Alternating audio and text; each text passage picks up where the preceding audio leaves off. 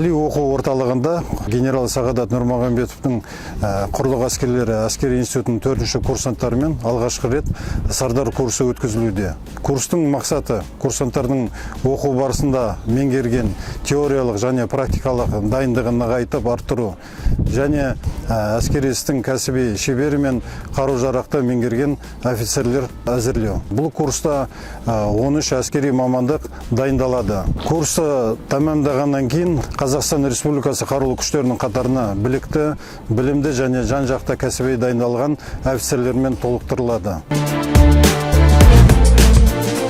Осы институт қабырғасын бітіріп шыққаннан кейін біз әскери бөлімдерге жас командир болып, взвод командирлері ретінде жеке құраммен және қару-жарақпен тактикалық іс әрекеттер жасаған кезде көп көмегін тигізеді.